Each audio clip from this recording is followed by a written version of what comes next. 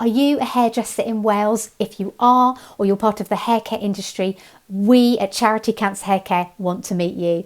I'm the founder of the charity, Jasmine Julia Gupta, and I would love to meet you along with some of our amazing hairdressers from our Welsh team on Sunday, the 1st of December, when we'll be at the John Burns Centre on the Carmarthen Road.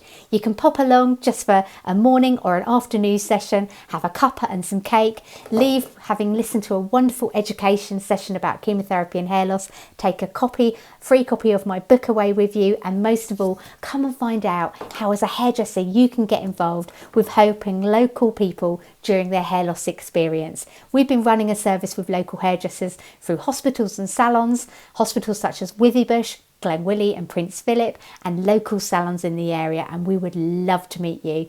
Come and meet us, sign up through our website, and come and find out how you can volunteer and get involved.